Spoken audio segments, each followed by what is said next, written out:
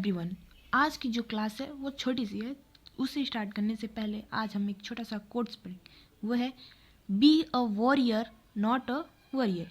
इसमें देखिए एक दो वर्ड्स का बस छोटा सा डिफरेंट है, ए एंड ओ। इसने बोला कि आप वॉरियर नहीं, चिंतित न होइए किसी चीज़ों को लेकर, आप उससे लड़ने में सक्षम होइए, ऐसा बनिए आप। तो वॉरियर नहीं, वॉरियर बनिए। सो हेलो, आज हम क्लासेस स्टार्ट करेंगे।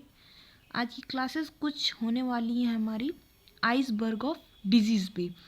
आइसबर्ग का मतलब हम पहले आज समझ लेते हैं। आइसबर्ग क्या कहना चाह रहा है? आइसबर्ग ये मतलब है कि एक बर्फ़ का टुकड़ा, एक बर्फ़ का कोई टुकड़ा, ठीक। मान लीजिए ये बर्फ़ है और ये टूट गया, तो इस टुकड़े को आइसबर्ग बोलते हैं। तो ये कम्युनिटी में क्या बताता है? कम्युनिटी में एक जैसे कि सी क्या है, यहाँ पे रिप्रेजेंट किया है, ऐसे सी को रिप्रेजेंट किया है और ये आइसबर्ग जो आइस का टुकड़ा है। तो यहाँ पे ये जो सी है वो रिप्रेजेंट कर रही है किसको? कम्युनिटी को। ये किसको रिप्रेजेंट कर रही है?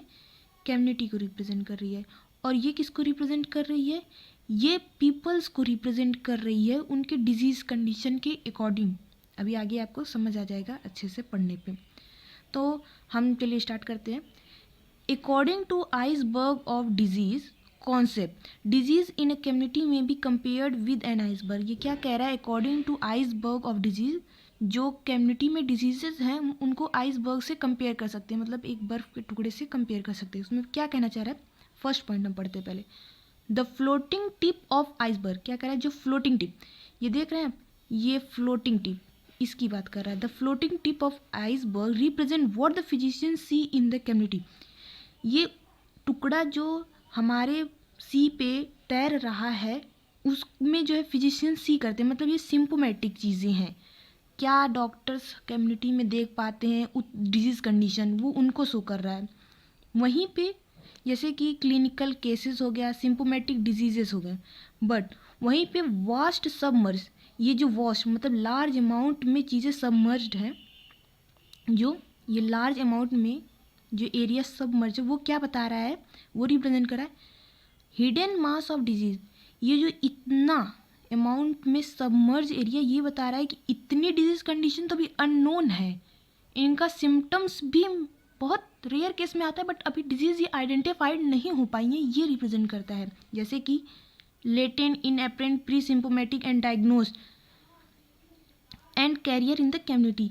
ये कैरियर भी हो सकते हैं, अभी डायग्नोज भी नहीं है। प्री सिम्पोमेटिक डिजीज, अभी इनके सिम्टम्स अकर ही नहीं हो रहे हैं, ये चीज़ें ये शो कर रहा है। जैसे कि हम आपको बताएं, ये क्या है? डिमार्केटिंग लाइन, ये डिमार्केटिंग लाइन है, ये जो रिप्रेजेंट कर रहा है वो डिमार्केटिंग लाइन है। वहीं पे ये क्या है?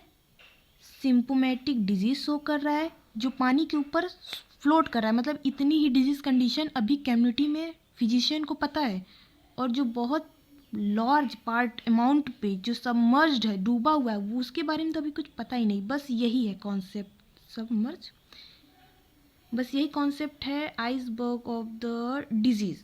छोटा सा कॉन्सेप्ट है ये, हमारे जो कंपटीशन वाले क्वेश्चंस होते हैं उसमें आस्क करता है। तो thank you everyone for listening.